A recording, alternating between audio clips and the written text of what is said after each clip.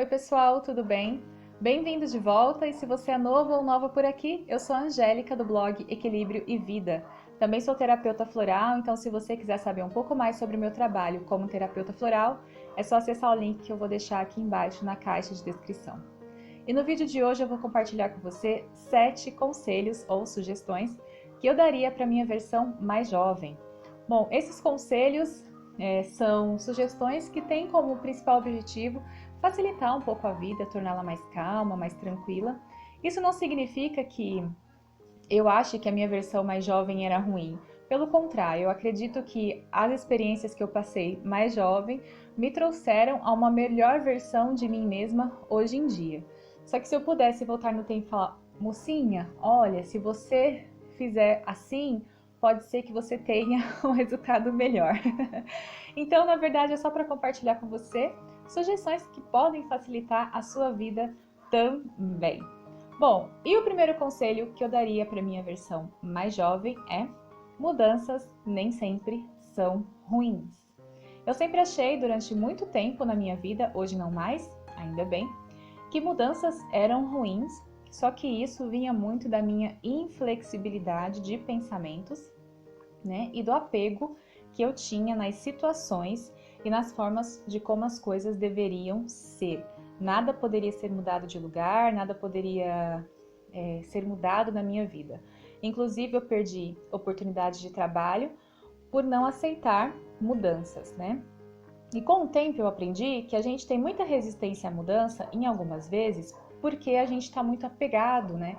A uma situação, a uma pessoa, e aí a gente acaba resistindo às mudanças. Então, muitas vezes, essa resistência à mudança, a achar mudanças ruins, é um nível de apego que a gente tem, né? A gente condiciona a nossa identidade àquela situação, ou àquela pessoa, ou àquele status, e aí a gente resiste muito a mudar. Então, mudanças nem sempre são ruins, elas trazem coisas boas, depende muito da forma como a gente lida com elas.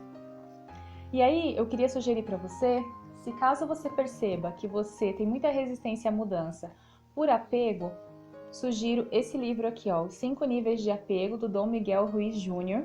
Esse livro classifica o apego em cinco tipos e ele nos ajuda a entender como funciona o apego no nosso dia a dia e na nossa vida e como a gente pode lidar melhor, né, com essa situação do apego e aí viver uma vida mais equilibrada. Então, se você percebe que a sua resistência à mudança vem desse apego, dessa identidade que você cria com a situação, com o status, né, ou com uma pessoa, sugiro a leitura desse livro, é muito bom. Bom, e o segundo conselho que eu daria para a minha versão mais jovem é: saiba o momento de se afastar.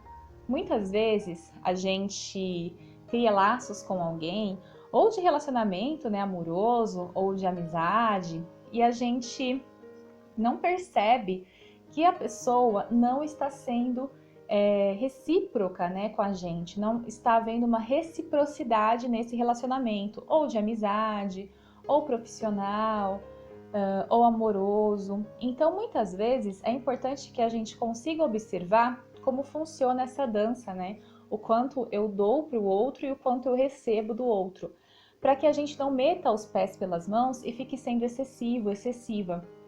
Perceber quando está tendo essa dinâmica de afastamento e saber a hora, né, da gente também se afastar.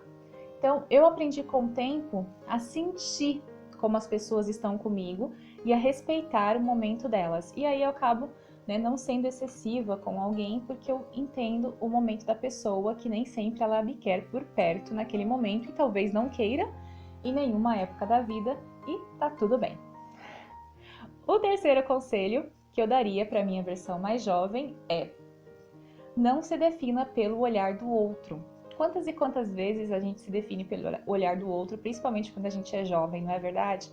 As pessoas dizem que nós somos tímidos e nós aceitamos, dizem que não somos capazes e nós aceitamos, dizem que nós servimos para a profissão X, Y, Z e nós aceitamos, né, essa definição. E com o tempo eu aprendi que a definição que mais importa é a que eu faço de mim mesmo. Isso veio muito com a prática de yoga, meditação e, obviamente, com as terapias, né? Tanto floral como terapia cognitivo comportamental, tudo isso me ajudou a olhar para mim mesma de acordo com as minhas próprias lentes, com os meus próprios olhos. Então que você, se você sofre com essa indefinição de si mesmo, porque você está sempre se baseando no olhar do outro, é importante você começar a olhar para si mesmo através dos seus próprios olhos, das suas próprias lentes. O próximo conselho que eu daria para mim é: aproveite o que você já tem e seja feliz com isso. Muitas vezes na minha vida eu ficava querendo coisas e coisas e coisas e achando que eu só seria feliz se, 3 pontinhos, ou, né, eu só vou conseguir me encontrar quando eu, 3 pontinhos. E hoje em dia eu aprendi a olhar mais as coisas que eu tenho e ser grata ao que eu tenho. Então, por exemplo, hoje eu tenho um trabalho, eu sou muito grata por ele, porque ele me ajuda a gravar vídeos aqui para o YouTube, a escrever no meu blog, a investir na minha carreira como terapeuta floral. Então, eu sou muito grata a esse trabalho, ao invés de ficar desejando, por exemplo, de uma hora para outra só trabalhar com terapias. Não, eu sou muito grata ao que eu tenho no momento. Então, a gente começar a olhar o que a gente tem, ao invés de ficar o tempo todo achando que a nossa felicidade depende daquilo que a gente ainda não tem. Então, é aquela frase mesmo: aprecie o que você tem hoje. Né? Isso não significa que apreciar o que você tem hoje vai fazer com que você descuide do que você quer no futuro. Pelo contrário, apreciar o que você tem hoje vai te dar mais gratidão e aí vai fazer com que você vibre numa frequência melhor e alcance o que você deseja para a sua vida. Então, aprecie o que você tem hoje. É um dos conselhos que eu daria para mim no futuro, quando eu fiquei achando que eu dependia de outras coisas naquele momento para ser feliz e muitas vezes ficava triste por não ter aquilo naquele momento. O próximo conselho que eu daria para minha versão mais jovem é: não é necessário conviver com quem eu não tenho afinidade. Esse conselho veio muito dos vídeos da Gisela Valim e do Arli Cravo, que eu vou deixar aqui na caixa de descrição, o canal deles no YouTube, que muitas vezes a gente se força a ter o convívio com pessoas que a gente não sente afinidade nenhuma. Ou a gente pensa assim: eu não gosto de tal pessoa, mas eu vou conviver com ela porque eu tenho que aprender, né? Sim, a gente tem que aprender, mas a gente tira a lição e depois não precisa ficar se forçando a um convívio. Né? Se você não tem afinidade com alguém, você não precisa conviver com essa pessoa. Ou se essa convivência é necessária, converse só coisas triviais, coisas básicas. Que foi isso que eu aprendi, por exemplo, nos vídeos da Gisela Valim, que eu super recomendo. Então você começa a conversar coisas básicas com aquela pessoa. Olha como tá quente hoje, né? Nossa, o clima tá tão diferente. Não vai falar da sua vida, não vai falar sobre coisas que vocês não têm afinidade nenhuma, né? Não vale a pena, é um desgaste muito grande de energia.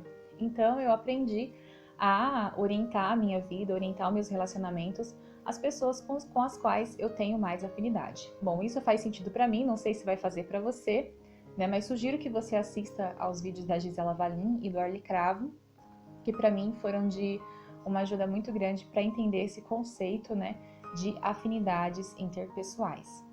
E o próximo conselho que eu daria para minha versão mais jovem é: ouça sua intuição. Eu fiz diversas escolhas em minha vida baseadas mais no que a sociedade dizia, mais em valores de cargos, né, valores de salário, escolhas profissionais baseadas em quanto ganha por mês, por exemplo. E depois de um tempo eu vi que isso não é o mais importante, porque eu nunca ouvi, né, o que eu queria de real. Eu fui baseada naquilo que parecia ser sucesso, ser bom, e não ouvia o que a minha intuição estava dizendo. Inclusive, em relação a relacionamentos também, acabei ficando em relacionamentos que não foram bons para mim, porque eu achava que eu tinha que aprender a gostar de uma pessoa que eu não estava tendo nenhuma afinidade mais. Né? Então, você vai aprender a gostar, isso vem com o tempo, e aí você vai se colocando, e aí desce ladeira abaixo, porque você percebe que não tem afinidade, né, com aquela pessoa, mas tá forçando porque vai aprender a gostar, porque é bonzinho, porque é bom, sabe assim? E aí a gente se força aquela situação que não é pra gente, né? Hoje eu ouço mais a minha intuição, então eu percebo que se uma pessoa pode ser o máximo para uma outra pessoa, mas para mim naquele momento não é o que eu tô procurando e o que eu busco. E a minha intuição me diz: ok, respira, você tá vendo que isso não é para você e tá tudo bem, tá tudo certo. Então, hoje em dia, eu ouço mais a minha intuição e o que me ajudou nisso foi a prática de meditação. Então, se você não tem o costume de meditar, eu sugiro que você comece, porque ajuda bastante a entender mais, ouvir mais a intuição. A gente se conecta mais com a nossa essência e aí consegue fazer, ou melhor, tomar decisões mais acertadas, tá bom? E a sétima, ou melhor, o sétimo e último conselho é: eu crio a vida que quero viver. Esse conselho é bem, né, controverso, aí tem gente que não gosta. Por quê? Porque quando a gente fala que eu crio a vida que eu decido viver, muitas vezes a gente tira a responsabilidade todinha do outro, né? Quando eu falo que eu crio a vida que eu quero viver, significa que tudo que eu tô vivendo que eu não gosto foi eu que criei. E isso é uma autorresponsabilidade bem grande, muita gente corre disso, né? Porque a gente gosta de colocar a responsabilidade nos outros. Eu sempre digo que não é a culpa, tá, gente? É a responsabilidade. E eu aprendi que por mais que eu não tenha gostado das decisões que eu tomei ao longo dos anos, das coisas que eu fiz, ou até hoje, quando eu faço alguma coisa que eu não gosto muito, quando eu paro para pensar, eu vejo que fui eu que criei essa vida, eu que tomei essas decisões. Então todas elas dependem de mim. Então, se eu quero uma vida melhor, se eu quero oportunidades melhores, eu tenho que criá-las. Angélica, mas é difícil, não aparece nada. Mas a gente pode dar pequenos passos, né? Ninguém está pedindo para você dar passos grandes e enormes em direção ao seu objetivo e criar uma vida maravilhosa, né? Cheia de fogos de artifício de uma hora para outra. Mas se você quer mudar de área profissional, comece um curso online mais barato, de repente, ou até de graça. Se você quer começar um relacionamento, você tá sozinho, sozinha e quer começar, invista em você, no que você gosta de fazer, nos seus hobbies, nas suas atividades, invista em se conhecer, né? Você cria a vida. E aí quando você olhar para isso, tudo que você criou, você vai ver que pessoas com a mesma vibração e situações com a mesma vibração vão se aproximar de você. Então, todas as vezes que você estiver se vitimizando e querendo culpar o outro pelo que está te acontecendo, pensa que você tem o poder de criar a vida que você quer. Eu sei que é difícil entender essa frase, para mim também não é fácil, mas ela começou a fazer sentido ao longo dos anos. E esse é um conselho que eu daria para mim todas as vezes que eu fiquei choramingando no travesseiro, quando eu era mais jovem, culpando os outros e o mundo pelas minhas situações, pelas situações nas quais eu escolhi estar.